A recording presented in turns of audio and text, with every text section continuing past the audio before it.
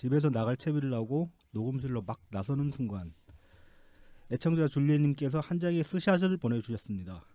원래 준비한 멘트가 있었으나 오늘 방송의 취지에는 지금 드리는 말씀이 더 적합하다 싶어 오늘은 노무현 전 대통령님의 말씀으로 방송을 시작합니다. 출처는 노무현 재단이고요. 위기에 대처하는 노무현 대통령의 자세라는 스크린샷의 글귀들입니다. 지도자는 위기에 대해 책임지는 자세를 가지고 국민을 불안하게 하면 안 된다. 위기를 부추기거나 조장하는 일은 절대 하면 안 된다. 뒤에 안 좋은 영향을 미칠 일은 위기 국민에서 하면 안 된다. 저희가 지금 계속 기본소득에 관해 드리는 말씀도 결국은 이 내용과 부합되는 면이 있다고 생각합니다. 오늘도 기정님, 네, 기정입니다. 호구맨은 본인이죠. 흑우님 나오셨습니다. 예, 흑우입니다. 저기 방송 본격적으로 들어가기 전에 제가 동영상 하나 준비한 거 있거든요. 그거 한번 보시고 말씀 이어드리도록 하겠습니다.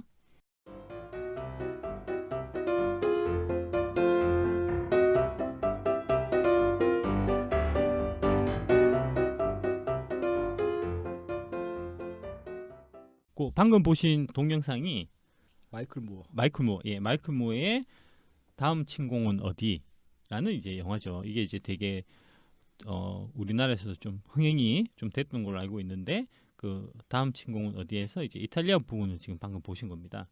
그래서 이제 이탈리아 동영상을 보면 이탈리아가 되게 진짜 살기 좋고 네. 그 특히 이제 기업 관련해 가지고 휴가도 많이 주고 네. 13월에 월급이라고 있어요. 이탈리아에는 12달치 월급을 다 주고 마지막에 한 달치를 보너스를 주거든요. 얼마나 행복합니까? 무조건 한 달치를 더 주는. 예. 거의 모든 직종이 다 그런 거예요. 그렇죠. 관례상 뭐 그런 것 같아요. 뭐 저기 영화에 보면 그렇다고요. 그래서 이제 이 영화 다음 침공 어디라는 내용 자체가 미국인 마이클 무어가 우리 미국은 이따군데 유럽은 얼마나 살기 좋은지 내가 보여주겠다. 그래서 이제 유럽의 좋은 점만 이렇게 이제 딱딱딱딱 따갖고 이제 보여주는데 이 이탈리아 편이에서 주로 얘기하는 거는 이탈리아 사람들이 이렇게 행복하게 직장을 다니고 있다. 이에 비해 갖고 미국은 얼마나 이제 불행한 직장생활을 하고 있냐 이제 이런 거를 사실 말하고 싶어서 그런 거거든요. 근데 이제 제가 요거를 쭉 말씀드리는 게 이유가 뭐냐면은 이제 제가 항상 말씀드리는 게 경제는 기브 앤 테이크다. 그다음에 경제는 복잡계다. 이렇게 이제 두 가지를 항상 말씀드리는데 기브 앤 테이크예요. 그러니까 결국은 그렇죠. 모든 일에는 대가가 따르게 마련인데 이 영화 같은 경우에는 이제 좋은 면만 테이크하는 면만 지금 보여주고 있고 그 반대로 기부하는 면에 대한 얘기는 사실 없는 거거든요. 이렇게 이제 회사가 직원들의 복지 이런 거를 이제 이렇게 많이 잘해주고 직장 행복하게 다닐 수 있게 하는 거에 대한 그 반대급부 내놔야 될 대가 그 기부는 뭐냐 그걸 제가 한 번씩 쭉 보여드리겠습니다. 지금 어떤 대가를 치러야 되냐 이렇게 이제 아름다운 직장생활을 하는 거에 대한 대가. 지금 보시는 거는 스페인, 이탈리아 청년 실업률입니다. 여기 스페인이 2016년에 44.5%, 이탈리아가 2014년에 42.7%가 청년 실업이에요. 네. 예. 이게 왜 이렇게 실업률이 높냐? 아까 말씀드린 대로 직장에서 이 직원들한테 너무나 잘해주지 않습니까? 잘해주는 것뿐만 아니고 지금 이탈리아 같은 경우는 한번 고용을 하면 평생 고용이에요. 중간에 못 잘라요 법적으로. 그래서 TO가 안 나는 겁니까 그럼? 그렇죠. 예. 그래서 이렇게 이제 좋은 대우를 해주는 대신에 기존 사람들은 좋은 대우를 받고 잘 다니는 대신에 기업들 입장에서는 얘를 하나 고용해서 평생을 끌고 가야 되고 12달치 월급 다 주고 13개월 때 또 월급을 한 번 더 주고 그다음에 휴가도 엄청 길게 주고 이런 식으로 복지를 하게 되니까 기업 입장에서는 얘를 뽑아갖고는 생산성이 안 맞는 거죠. 그래서 정리하면은 노동 생산성은 굉장히 떨어지는 구조고 그러면서 동시에 해고도 매우 어렵다는 얘기네요. 예. 그렇기 때문에 기업에서는 일자리가 안 나오는 거죠. 청년들은 일을 못 구하는 거죠. 지금 말씀하신 고용 행태를 보면은 이탈리아의 그 일부 산업, 그다음에 우리가 이탈리아 뭐 흔히 생각하는 그 산업에 한해서는 그게 이 방법이 괜찮을 것 같다는 생각은 들거든요. 예, 그러니까 이제 숙련 기술자들을 붙잡아야 되는 직종들에 한해서는 예, 예, 뭐 명품 만드는 데라든지 뭐 자동차 고급 자동차 예, 만드는 예. 데라든지 그런 데는 이런 식으로 할 필요가 있겠지만은 전 산업이 다 그럴 리도 없고 그렇죠. 대부분의 산업은 그런 식으로 굴러가지가 그렇죠. 않으니까 예. 이 영화에도 보면 이제 그 이탈리아 편에 보면은 기업체가 하나 나오는데 네. 그 기업체가 그 북부 밀라노에 명품을 만든 회사예요. 명품을 만든 회사는 이렇게 이제 13개월치 월급을 다 주고 휴가 주고 월급도 많이 주고 평생에 갖고 가도 그거는 이제 생산성 자체가 높으니까. 그리고 갖고 가야 되죠. 숙련공이 그렇죠. 숙련을 예, 붙잡아둬야 명품이 예, 나오니까. 그만큼 이제 능력이 되니까 그렇죠. 그렇게 줘도 운영이 되지만 다 그런 게 아니잖아요. 다 그런 그쵸. 숙련을 갖고 있는 게 아니니까 평범한 직장인, 평범한 대학생들은 그 젊은이들은 대학교 나와서 일자리가 없어서 그래서 어떻게 되냐면은 여기 보면은 일할 곳도 희망도 없다. 이탈리아 떠나는 젊은 두뇌들 이래서 18세, 34세 5만 명이 이민을 갑니다. 일자리가 없어. 아예 이민을. 예. 아, 주로 남미를 가요. 남미. 뭐 언어가 통해. 언어가 통하니까 이탈리아 음, 동안. 예. 근데 남미가 더 막장이지 않습니까? 그러니까 지금 더 그렇겠죠. 더 문제겠죠. 그래서 연공 서열을 중시하는 기업 문화, 그다음에 경직된 노동 시장 이런 것 때문에 많이 떠난다고요. 일자리가 없으니까.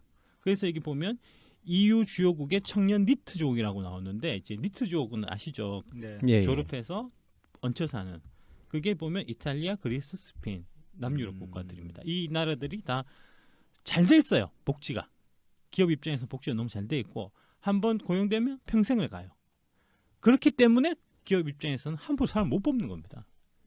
역으로 보면 미국 같은 경우는 이게 아까 직장 생활하는 게 파라다이스가 아니거든요. 상당히 좀 경쟁도 치열하고 해고도 쉽고. 해고도 쉽고 예. 해고도 쉬운 만큼 역으로 이거 쉽게 자를 수 있으니까 또 반대로 쉽게 고용도 할 수 있거든요. 얘를 고용했다가 한 1, 2년 써보고 영 마음에 안 들면 언제든지 잘라도 되니까 빨리 자를 수 있는 반면에 그 반대급부로 쉽게 고용도 할 수 있는 거거든요. 근데 이제 이탈리아나 이런 남유럽 국가들 같은 경우에는 한번 채용하면 평생을 갖고 와야 되니까 심사숙고하게 되고 고용을 꺼리게 된다는 거죠. 그래서 일자리가 없어서 이게 남미로 가는 이런 일들이 이제 생긴다는 거죠. 이게 이제 2016년 기준에서 한 2014년 뭐 15년 이때 기준에서 이때가 이제 그 남유럽 위기가 2012년 정도 있었고 그 이후에 이제 경제가 상당히 좀 안 좋아진 상황이었어요 이때가. 네. 그래서 이제 이때가 청년 실업이 아주 많아졌고 그 이후에 이탈리아 같은 경우는 이제 재정 적자를 써서 이 청년 일자리를 좀 만들어줘서 청년 실업률을 줄이긴 했습니다만 지금도 한 30% 정도는 돼요 청년 실업률이. 비교를 위해서 말씀드리면 우리나라가 지금 10.2% 정도 되거든요 청년 실업률이. 네. 미국이 아까 말씀드렸듯이 미국은 9%밖에 안 되고 일본은 4%. 일본이 의외로 낮네요. 예, 일본이 낮은 게 이제 그 우리도 보면은 71년생 제가 71년생인데 네. 71년생이 제일 많거든요. 네. 제 71년생이 지금 50살 정도 그 회사에서는 부장 그렇죠. 뭐 이제 네. 이사 뭐 이 정도 급이 되는데 그 사람들이 자리에 꽤 차고 있으니까 그렇죠. 젊은 애들이 들어올 자리가 없어. 똥차가 안 빠지니까. 똥차가 빠지니까. 근데 이제 일본도 그 비슷한 케이스였는데 그 똥차들이 일본 한번 확 빠졌어요. 한 10년 전쯤에. 뭐 그- 계기가 있습니까 그게? 은퇴한 거죠. 자연스럽게. 나이가 들어서. 음, 우리도 이제 아. 70년생이 한 지금부터 뭐 5년, 10년 정도 사이에는 다 퇴직할 거 아닙니까? 그 퇴직하면은 그 빠진 자리만큼 젊은이들한테 일자리가 생기는 거고 일본이 그래서 이제 그런 인구 구조상의 변화 때문에 젊은 애들한테 되게 좀 일자리가 지금 많은 상태입니다. 2014년, 15년 무렵부터 해서 그래서 이제 아베노믹스 해서 얘기하는 것 중에서 이제 젊은이가 이들 일자리 많은 거는 지금 일본은 사실이기 때문에 그게 이제 지지율을 좀 많이 올리고 이런 데도 영향이 많이 끼쳤죠. 그래서 이렇게 이제 이탈리아가 이런 식으로 자꾸 굴러가다 보니까 아까 말씀드렸던 대로 청년 실업을 줄여야 될 거 아닙니까? 네. 줄일 때 재정 적자를 편성해서 예산으로 줄였고 자꾸 줄이다 보니까 지금 이제 지난주에 저희 방송에서 말씀드렸듯이 이탈리아는 지금 상당한 위기의 상황에 처해 있다. 재정 적자가 130%까지 늘은 상태에서 올해 추가로 30% 더 늘어가지고 160%가 됐고 이게 최근에 나온 기사인데 ECB에서 재정 부채를 재정 부채 위험 경고를 해서 올 한 해 재정 적자가 GDP의 8%가 되고 이거는 2차 세계 대전 이후 최악이고 특히 이탈리아, 스페인 이런 나라들은 상당한 위험에 지금 빠져 있다는 거를 ECB에서 지금 경고하고 있어요. 자기 자체적으로. 그리고 그 이탈리아를 어떻게든 구하려고 이탈리아가 지금 EU에서는 세 번째 국가니까 얘가 무너지면 프랑스, 독일 연달아서 무너질 수 있기 때문에 그래서 이제 코로나 19 기금을 지금 만들자는 얘기를 자꾸 하고 있거든요. 그렇게 해서 이제 EU 차원에서 돈을 빌려갖고 이탈리아한테 몰아주자, 스페인한테 몰아주자 이런 얘기를 지금 하고 있고 그게 독일이 계속 반대하다가 독일, 프랑스가 합의를 해서 지금 이제 그 법안에 올라갔어요. 네. 예산에 올라갔는데 그거에 대해서 이제 오스트리아, 네덜란드, 스웨덴, 덴마크 EU 4개국은 지금 반대를 하고 있다. 왜 우리한테 돈을 세금을 걷어갖고 이탈리아를 도와주냐 이런 거죠. 오스트리아나 뭐 네덜란드 국민 입장에서 보면 뭐 그 감정은 이해가 되는데 운명 공동체라 가지고 어쩔 수가 없는 거 아닙니까 얘들은? 뭐 이탈리아 망하면 자기들이 무사할 리가 없는데. 그렇긴 한데 이게 이제 이탈리아 국민들이 이제 자기들 또 허리띠를 졸라매고 네. 뭐 이런 식으로 나오면 그렇죠. 예, 예. 그러니까 사실은 이제 독일 같은 경우도 지난주에 방송에서도 말씀드렸죠. 원래 한 40%였다가 그 재정 적자가 글로벌 금융위기 당시 2008년 당시에 늘었는 거를 허리띠를 졸라매서 줄였거든요. 네. 근데 이탈리아는 안 줄이고 늘려가지고 그래서 방만하게 누구는 허리띠 졸라매서 이제 건전하게 재정을 유지하는데 이탈리아는 허리띠를 팍 풀어가지고 계속 이제 해서 재정 적자를 늘려가고 지금 문제를 만드니까 네. 재정 적자를 줄여가지고 뭐 GDP 대비해서 국가 채무비율이 60% 70% 있는 나라의 국민들 입장에서 보면은 기분 나쁘죠. 뭐 그렇긴 하겠네요. 예, 누구는 허리띠 졸라매고 누구는 풀고 하니까 그래서 이제 당연히 반대를 하는 거고 그 지금 이탈리아는 지금 빚더미 올라와 있는데 지금 하는 게 뭐냐면은 기본소득이에요. 이런 요거는 이제 작년 기사인데 네. 기본소득 개시 빚더미 이탈리아의 무모한 도박 해서 기사가 1인당 최대 700유로까지 해서 한 500만 명 정도 이렇게 하면은 재정 리스크가 더 커진다라는 우려를 EU에서 다 같이 EU 국가들에서 다 얘기를 했었거든요. 네. 작년에 이제 너네 안 그래도 지금 그때 위험해가지고 2012년에 자빠질 뻔한 거 우리가 돈 다 걷어갖고 도와줬는데 너가 허리띠를 졸라매고 그거를 어떻게든 해서 갚을 생각을 해야지 줄일 생각을 해야지 지금 기본소득 해갖고 적자 늘리면 그 다음에 감당 어떻게 하려고 하냐 하면서 얘기를 작년에 했었다고요. 네. 했는데 안 지키고 허리띠를 풀어가지고 올해 문제가 생겨버리니까 이게 기분 나쁜 거죠. 이게 4개국 아까 말씀드린 오스트리아, 네덜란드, 스웨덴, 덴마크 이런 입장에서는 자기들도 재정 적자 막 해갖고 나라 빚 막 져가지고 국민들한테 나눠주고 하면 그거 저기 안 좋은 줄 몰라서 안 한 게 아니지 않습니까? 이탈리아 기본소득 내용을 잠깐 보시면 이게 이제 공식 명칭이 시민소득이라고 돼 있어요. 네. 예. 성격은 이제 이게 지금 얘기 나오는 그 기본소득하고는 조금 성격은 좀 다릅니다. 우리나라 전 국민한테 다 주는 그건 우리나라 아니고 기초 수급이랑 비슷한 거. 좀 그런 성격입니다. 예.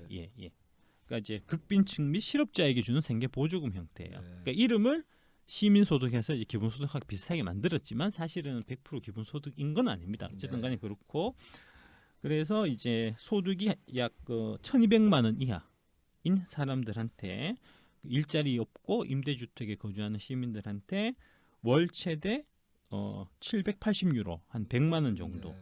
해서 이제 여기 예산이 한 9조 정도가 들거든요. 네. 그래서 구조들은 안 그래도 재정 적자가 많은데 이거를 신규로 해서 재정 적자를 더 늘리니까 이게 이제 재정을 건전하게 운영했던 이유 다른 나라 사람들 입장에서 보면은 국민들 입장에서 보면은 저게 도대체 뭐냐 하는 이제 악유가 안 나올 수가 없는 그러니까 거죠. 재정 상황이 워낙 안 좋은 상황이다 보니까는 9조 정도 늘리는 거에도 부담이 큰 거군요. 그렇죠.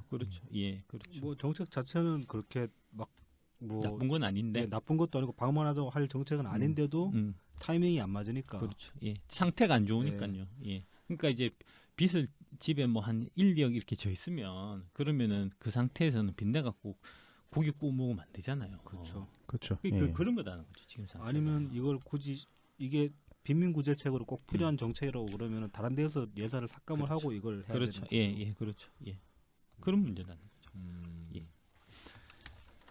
이게 이제 그 밀턴 프리드먼이라고 네. 이제 우리가 얘기하는 그 악마화하고 있는 그 신자유주의자 그거에 이제 그 대장격인 사람이에요. 이 사람이 네. 신자유주의의 가장 이제 거두인데 네. 이 사람 책에 보면은 화려한 약속, 우울한 성과라는 책이 있어요. 네. 이 얘기가 뭐냐면은 이 사회주의를 비판하는 거예요. 일종의 이제 복지국가도 사실은 비판하는 겁니다. 네. 같은 맥락으로 약속을 화려하게 하지만 사실은 성과는 들여다보면은 별 볼 일 없더라. 그래서 이제 요 책에 나오는 구절이 이런 구절이 있습니다. 정부는 어느 누가 지불하지 않아도 돈을 쓸 수 있다고 보고 있지만 사실은 누군가 희생, 즉 세금을 기반으로 한다. 기본소득도 마찬가지라는 거죠. 그렇죠. 기본소득을 정부가 주는 거다 이렇게 생각하면 주면 받으면 좋죠. 한 달에 뭐 100만 원이든 200만 원이든 그 돈이 하늘에서 뚝 떨어지는 게 아니고 결국은 그 재원은 네. 국민 세금에서 나온다는 거니까 네.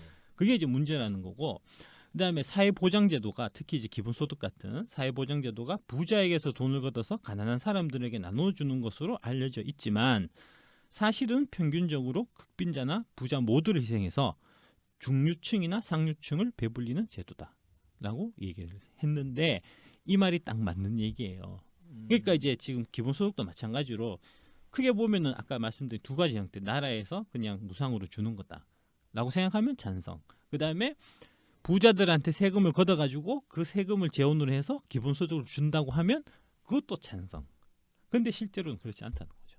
그게 어째서 그렇게 되는 그 거예요? 왜 그러냐면 부자들이 숫자가 적어요. 아, 부자들한테 세금을 걷어봐야 숫자가 적기 때문에 한 사람한테 많이 걷어봐야. 그러니까 예를 들어서 이제 그 우리나라 최고 부자가 이재용 아닙니까? 네. 이재용이 재산이 뭐 10조, 20조 이렇거든요. 네.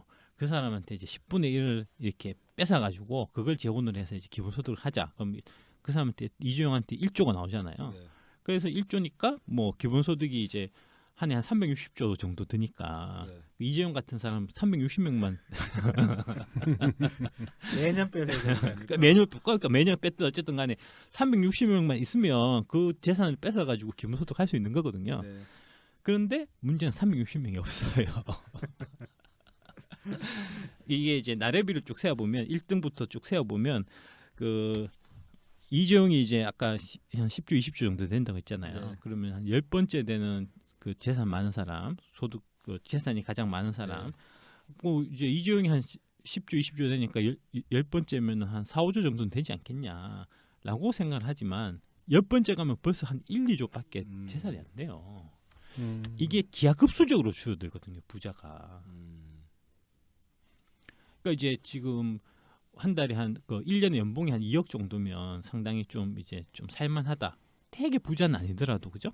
살만하다 정도는 얘기할 수 있을 거 아닙니까? 조금 부자에 해당되는 조금 부러운 정도가 되잖아요. 1년에 연봉 이건 괜찮은 거죠, 그죠? 좋죠. 예. 근데 그 연봉 2억 되는 사람이 그 전 국민에서 차지하는 비중이 1%밖에 안 돼요. 네. 그러니까 연봉 2억 넘는 사람들한테 세금 왕창 걷어가지고 그 세수를 갖고 기본소득을 하려고 해도 1%밖에 안 되니까 걷어보면 얼마 안 되거든요. 그래서 결국은 이 세금이란 게 전 국민한테 이제 골고루 퍼질 수밖에 없는 거고. 뭐 소비세, 소득세 같은 걸로. 그렇죠. 예, 예. 그래서 이제 그 뭐 유럽 같은 경우에도 소득세, 법인세율이 높은 게 아니고 부가가치세. 네. 이게 이제 높은 거거든요. 20%면 다 넘어가거든요.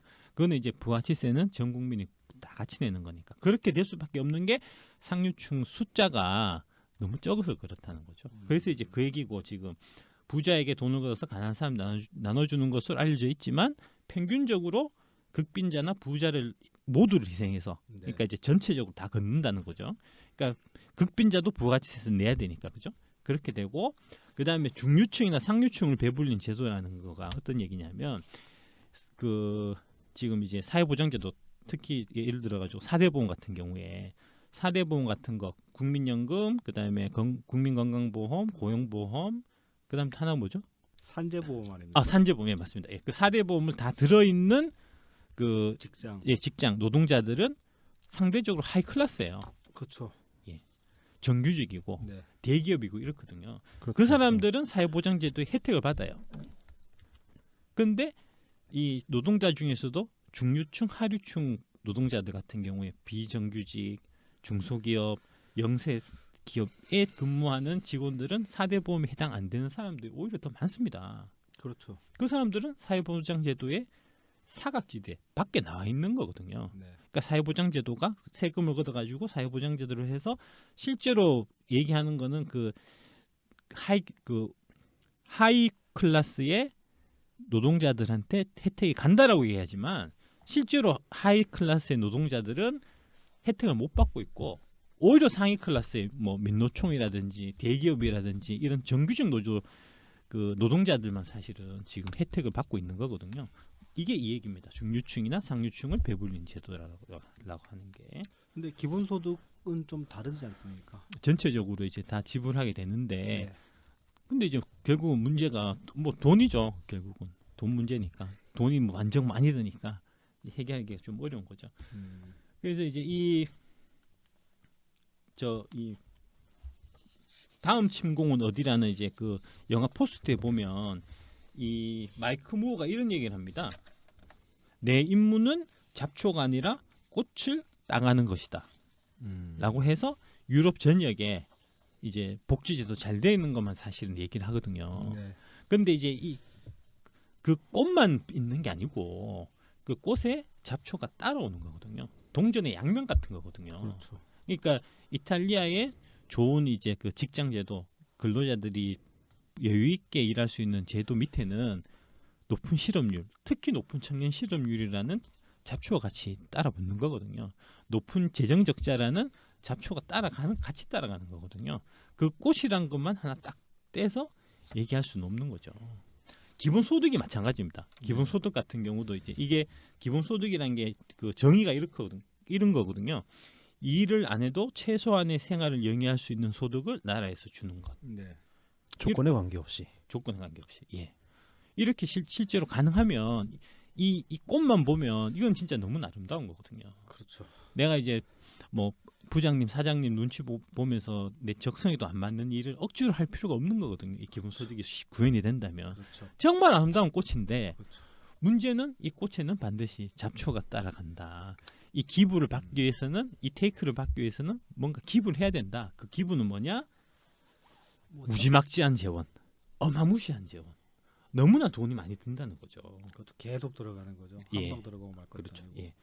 모든 복지를 다 없애고 기본소득을 하든지, 세금을 이빠이 인상하고 기본소득을 하든지, 그렇죠. 그 둘 다 불가능하니까 결국 어떻게 해야 되냐? 재정적자를 늘리자. 네. 채무를 나라빚을 찍어갖고 그거 갖고 기본소득을 주면 되지 않냐. 그렇게 되면 어떻게 되냐면 이탈리아처럼 되고 베네수엘라처럼 된다. 네. 그 얘기를 오늘 하려고 하는 거죠. 과거에 그 차베스 시절에 베네수엘라를 빨았던 그 사람들이 네. 지금 기본소득을 강력하게 주장하고 있다. 네. 이제 그 얘기를 하려는 거죠. 참 시기적절한 주제인 것 같습니다. 예. 기본소득의 이야기가 줄어들기는커녕 오히려 더 늘어나고 있어요. 지금. 사실 생각해 보면 이게 숫자가 안 돼요. 택도 안 되거든요, 이게. 근데 참 이 얘기를 계속 하는 걸 보면 진짜 답답하고. 일단 이제 얘기를 쭉 이어가기 전에 기본소득의 역사에 대해서 우리 저 호구맨님이 준비를 해오셨거든요. 검색 좀 해봤습니다. 예, 예. 그러니까 기본소득 이야기가 기본소득론자들이 지금 이제 최초의 근원이라고 많이들 이야기하는 거는 로마 시대 아니면은 토마스 모어의 유토피아를 근거로 들어서 이야기를 하는데 로마 시대 같은 경우는 시민들에게 이제 베푼 뭐 빵이나 제공한 빵이나 같은 뭐냐 포도주나 그런 것들 이제 시민들한테 이런 걸 제공을 했는데 문제는 이걸로 로마의 재정이 파탄이 나기도 했고 실제로 시민들이 먹고 살게 해주니까 놀더라는 거죠. 막 그 저기 검투사 격투 그 뭐야 글래디에이터. 네, 글래디에이터 거의 경기장 가서 맨날 놀고 있고 아니면은 막 저기 향락에 빠져가지고 이상한 짓 하고 결국 그러다가 로마가 망한 거지 않습니까? 그렇죠. 예. 그래서 지금 기본소득론자들이 로마를 시초로 삼는 경우는 잘 없습니다. 비판론자들은 로마 이야기를 많이 꺼내는데 그래서 이제 나오는 게 토마스 모어의 유토피아에서 이제 처음 기본소득 같은 개념의 이야기를 했다고 하는데 이때 좀 웃기는 거는 우리가 지금 생각하는 기본소득은 그 복지 차원의 이야기지 않습니까? 근데 처음에 나왔던 기본소득 이야기는 복지 차원의 이야기 아니었어요. 절도 근절 목적입니다. 아, 다 돈을 주면 물건 안 어. 훔칠 거라고 유튜브에서 그렇게 이제 설명을 했고 그렇게 이야기를 했고 재밌네요. 네, 요 얘기는 하고 네. 10년 뒤에 이제 모의 친구의 바이브라는 사람이 있다는데 저는 음. 잘 모르겠는데 아무튼 이 사람이 빈민 지원 정책이라는 이야기를 합니다. 음.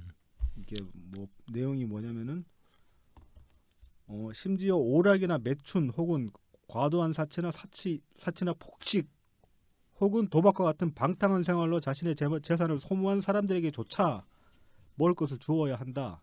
왜냐하면 그 누구도 굶어 죽어서는 안 되기 때문이다.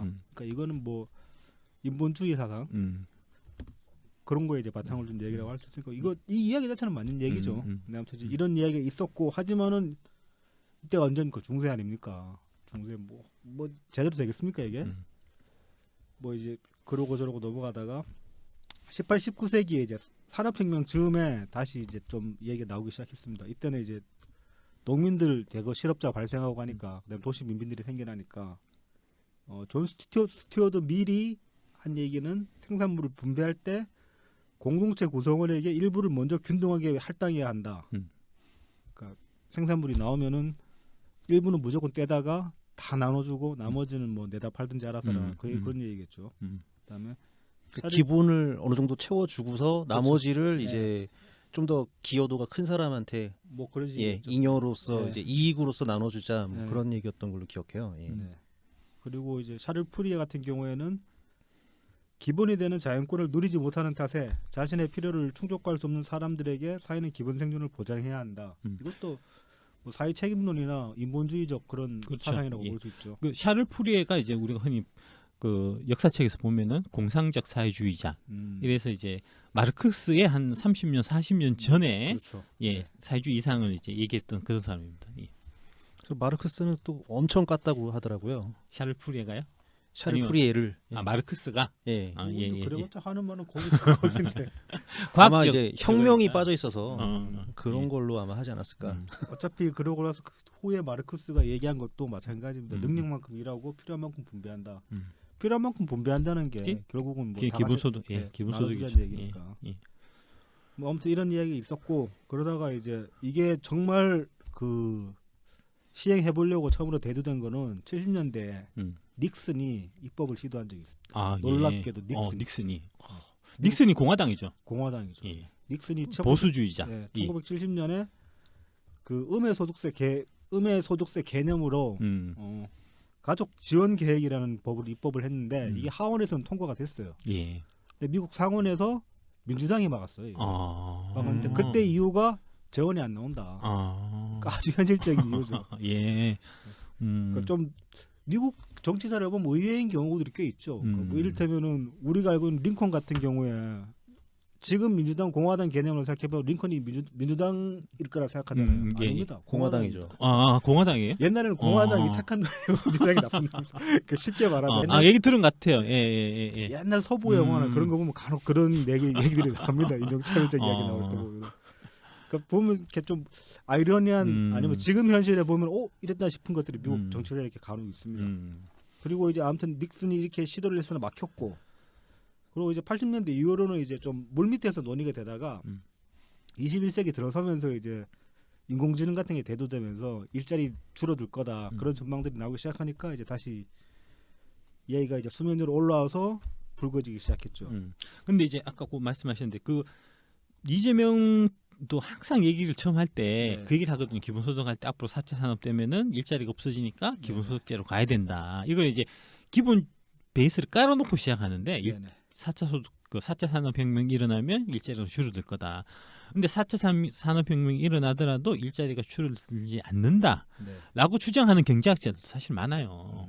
그러니까 그거는 이제 뭐 가봐야 아는 거고. 그러니까 그렇죠. 옛날에 이제 산업혁명 그 저기 러다이트 운동 이 이제 유명하잖아요. 그 네. 방직기 부시고 방직기 이제 하던 그 옷감지 하던 이제 직공들이 직조공들. 예, 네. 직조공들이 이제 그 방직기를 막 불태우고 막 한 네. 그게 이제 러다이트 운동인데 네.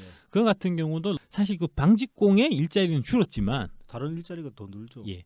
이게 옷감을 저 기계를 통해서 옷감이 많이 나오니까 옷감에 들어가는 실을 만드는 네. 그 이제 거기에 일자리가 다시 많이 늘어나고 그다음에 옷값 많이 나왔으니까 옷이 또 많이 나올 거 아닙니까? 옷을 판매하는 쪽에 직종이 많이 일어나고 이런 식으로 자단서도 바빠질 거고. 예, 그렇죠. 그러니까 이제 한쪽에서는 일이 줄어들지만 그 말고 이제 다른 일들이 많이 생겨서 총량으로는 줄지 않더라 하는 얘기를 많이 하거든요. 그러니까 이제 4차 산업혁명 같은 경우도 4차 산업혁명 때문에 뭐 이제 그 단순 육체 노동이라든지 이런 거는 이제 일자리가 분명히 줄어들겠지만 네. 다른 분야에서 또 일자리가 늘어나서 일자리의 총량은 줄지 않을 것이다 라고 주장하는 사람들도 많아요. 단순 육체노동 전혀 안 되는데 난 단순 육체노동 취향이라서. 그러니까 그 새로운 신기술에 적응할 시간들이 필요한데 그것 때문에 시간이 4차 산업혁명 자체가 오래 걸릴 거고 일자리가 줄어드는 속도가 과연 얼마나 빠를까 이런 것도 사실 정확하게 얘기를 못하죠. 예. 예. 미래는 가봐야 되는 거니까 그렇죠. 그걸 이제 단정을 딱 지어놓고 일자리 전체가 총량이 줄어들 거니까 기본소득을 해야 된다 하는 거는 이제 그 기본 전제부터 우리가 한번 좀 생각해 볼 필요가 있다는 거죠. 지금 21세기 들어와서 20년이 지났는데도 아직도 자동차가 날지 못하고 있잖아요. 그러니까 계속하십시오. 예. 네, 뭐 그래서 아무튼 이제 21세기 들어서 그런 이유로 이제 이게 다시 수면 위로 부상을 해서 몇 군데 나라에서 이제 실험을 했죠. 뭐 네덜란드, 핀란드, 뉴질랜드, 뭐 그런 덴마크 같은 데서. 근데 아직까지 실험한 쪽에서는 유의미한 결과가 나온 거는 아직까지는 없습니다. 그리고 현실적으로 계속 시행하고 있는 곳이 알래스카. 알래스카 같은 경우에 이제 영구 배당금 그래가지고 1년에 1,000불에서 3,000불씩을 주민들 전부에게 나눠줍니다. 이건 지금 이제 몇 년 됐는데 이 재원이 알래스카 석유 재원을 주에서 이제 주립화 시켜가지고 거기서는 투자 수익을 가지고 계속 나눠준 거예요. 그것도 이제 엄밀하게 얘기하면 좀 기본소득이 아닌 게 예. 기본소득이라는 거는 내가 일을 안 해도 그렇죠. 내가 이제 먹고 살 만큼의 돈을 줘야 팔 만큼인데. 예, 네, 그러니까 그건 아까 이제 1,000불에서 3,000불 같으면 한 100만 원에서 300이니까 그렇죠. 네. 그 돈 갖고는 못 먹고 살잖아요. 돈은 받고 가서 일을 해야 되니까 그렇죠. 그러면 이제 일단 기본소득이라고 사실 얘기할 수는 없는 거거든요. 네. 근데 이제 지금 사실 아까 말씀하신 그런 이제 여러 가지 뭐 그 기본소득 실험이란 게 음. 대개가 좀 그런 식이라는 거죠. 그러니까 이게 기본소득의 제일 문제점이 뭐냐면 막대한 재원. 네. 막대한 재원은 아까 얘기했듯이 내가 일을 안 해도 먹고 살 만큼의 돈을 전 국민한테 주면 당연히 이제 돈이 많이 들 수밖에 없는데 그렇죠. 그거를 이제 뭐 1년에 100불, 1,000불, 3,000불 그다음에 사람을 좀 이렇게 2,000명, 3,000명 이렇게 해서 실험하는 거는 그 가장 문제가 되는 이제 막대한 재원이 든다는 부분을 우회해서 피해가는 거니까 그렇죠. 사실은 실험의 의미가 사실 없다고 볼 수도 있는 거죠. 그리고 지금 알래스카 같은 경우는 그나마도 올해 유가가 폭락을 했기 때문에 아 그렇네. 올연말에 예. 이 사람들 얼마나 받을지 알 수가 없죠. 기름을 대신 주겠네. 현금 대신에. 그러니까 이 보면은 그 쭉 21세기 이후로 이제 실제로 실험했던 것들을이나 아니면은 어떤 학계의 이야기들을 종합해 보면은 찬성 쪽이든 반대 쪽이든 간에 결국은 재원 이야기를 하긴 합니다. 예. 재원 마련이 관건이다.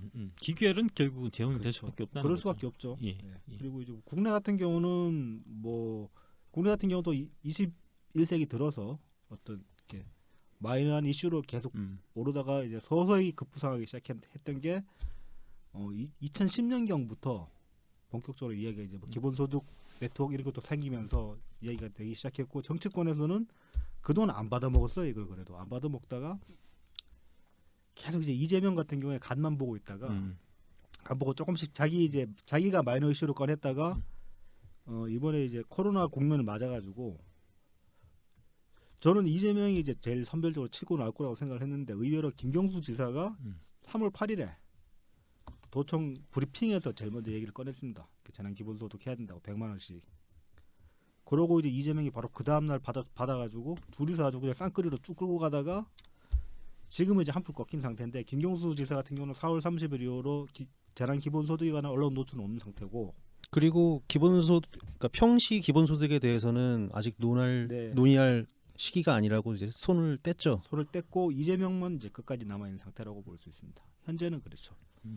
예, 말씀 이제 네. 역사 쭉 들어보니까 역사가 참 유구하고 재밌는 얘기가 많은데, 예, 특히 이제 이번에 그 핀란드에서 기본소득 실험한 거가 이 결과가 나왔잖아요. 결과가 논문으로 나왔는데 이제 이거 관련해 가지고도 또 이제 보수 쪽에서는 실험을 실패했다 네. 이렇게 얘기하고 이제 뭐 김용민이라든지 이런 쪽 그 저기 이재명하고 네. 친한 언론 쪽에서는 이거 성공한 건데 왜 실패했다고 얘기하냐 뭐 그렇죠. 이렇게 해서 이제 막 얘기를 하는데 네.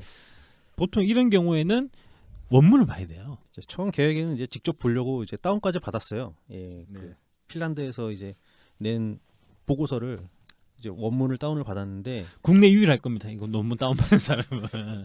근데 그야말로 원문이에요. 예. 핀란드어로 돼 있어요. 영어도 아니고. 예, 그래서 핀란드어를 이제 영어로 바꾼 다음에 그거를 이제 한글화 할까 하다가 이제 그래서 몇 페이지 제가 작업을 좀 했는데 이게 양이 너무 많아가지고 그리고 배경 설명에 대한 얘기가 굉장히 많고 이제 이게 아무래도 실험이다 보니까는 서로의 어떤 생각했던 변수들이 이제 영향을 끼쳤냐 끼치지 않았느냐 이런 거에 대해서 이제 굉장히 설명을 자세하게 해놨어요. 네. 그래서 일단은 그걸 포기를 하고 네. 이제 다른 이제 여타 언론사들이 정리한 것들을 그 몇 페이지짜리예요? 한 80페이지 정도 됐던 것 같습니다. 아, 너무 기한이 촉박했다. 그걸 일주일 만에 어떻게 번역을 예. 해서 정리를 합니까? 안 됩니다.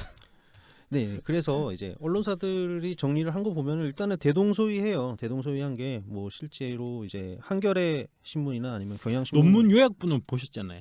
논문 요약부는 일단 가장 기본소득을 하고 싶어하는 그 기본소득 국가 네트워크가 정리한 거를 봤고요.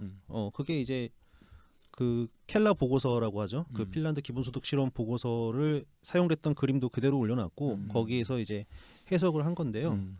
일단은 정말 차이가 없습니다. 일단 실험의 그 처음에 그 실험을 한 목적이 전 국민한테 기본소득을 나눠주는 이게 사실은 목적이 아니고 그렇죠. 다른 목적이 있었다고 제가 들었거든요. 네. 예. 그래서 이 핀란드 정부에서 시도를 하려는 거는 최근 그 핀란드의 실업률이 굉장히 올라가 있는 상태이기 때문에 노키아가 망해서 그렇죠, 그게. 네. 예. 노키아가 망해서 그래서 이제 이 실업률을 낮추려고 하는데 기존에 있던 그 실업 구제 프로그램이 있습니다. 그래서 이게 어떤 거냐면은 뭐 최대 뭐 한 2년까지 이제 받을 수가 있고 매월 평균적으로 그러니까 금액이 조금씩 다른데 평균적으로 1,000유로씩 실업급여 말씀하시는 거죠? 예. 예. 1,000유로씩 받는 특히 그 북유럽 쪽에는 실업급여가 되게 잘 돼 있거든요. 많이 주고 길게 주거든요. 네.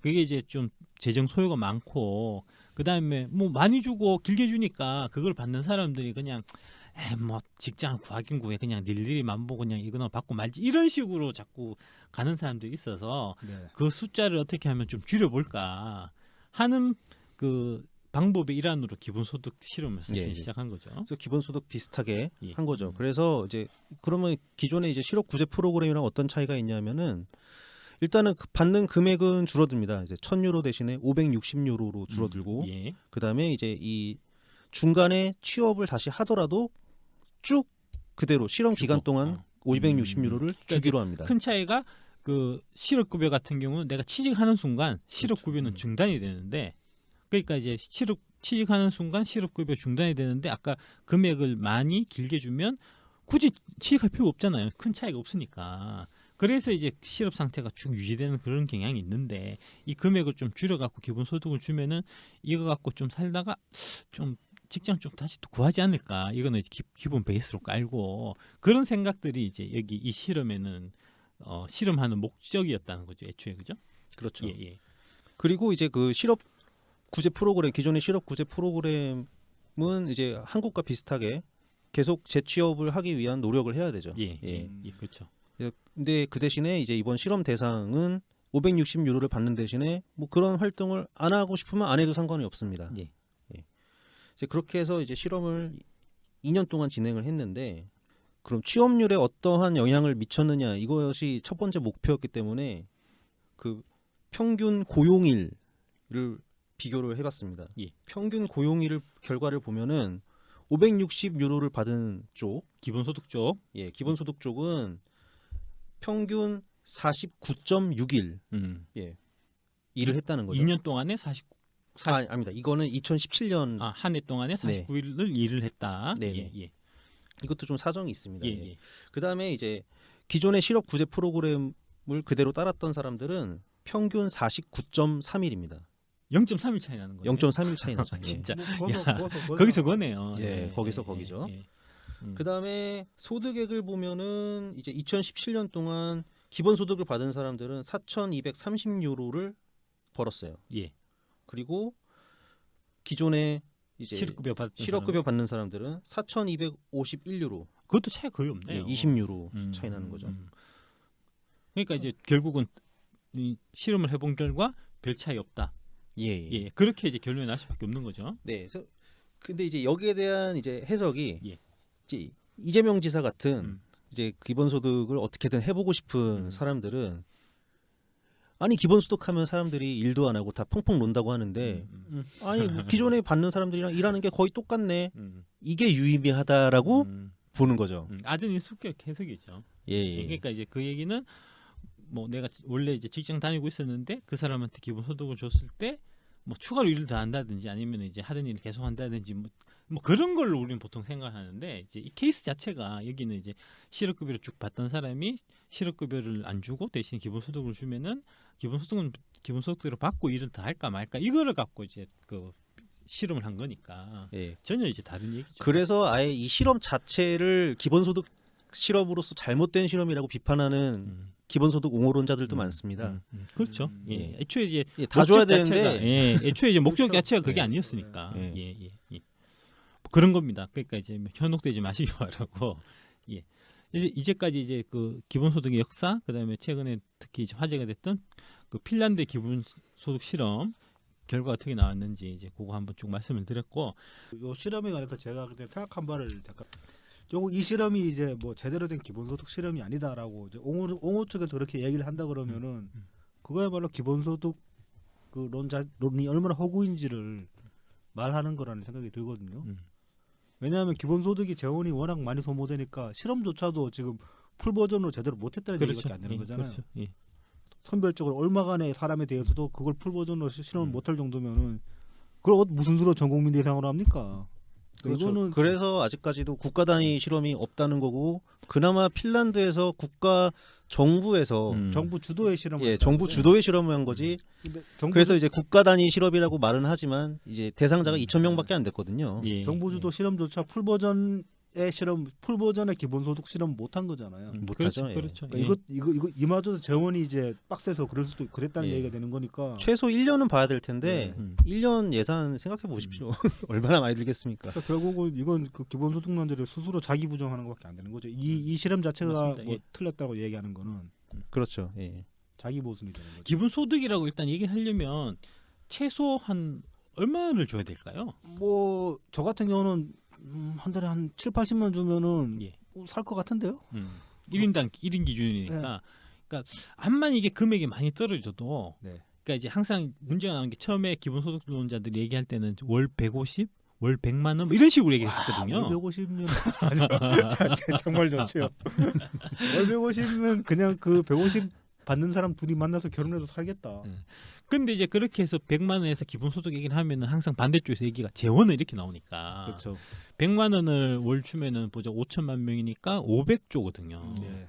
감당이 안 돼요. 그러니까 지금도 그 기본소득 네트워크에서 주장하는 것도 지금 월 한 50만 원 정도로 떨어져 있어요. 60만 원. 아, 60만 예, 예. 원. 월 60만 원이 네. 그래서 이제 어떻게든 이렇게 숫자를 만들어 보려고 네. 얘기 나오는 게 이제 월 60만 원인데 네. 월 60만 원이면 사실은 이제 4인 가족 기준으로 하면은 6, 4, 24, 240이니까 그 정도면 좀 어떻게 얘기가 될 법도 하거든요, 사실은. 4인 가족은 가능한데 예, 오히려 그럼 사인이죠. 혼자 사는 사람들 해줄 수 있는 결혼하셔야죠, 그럼.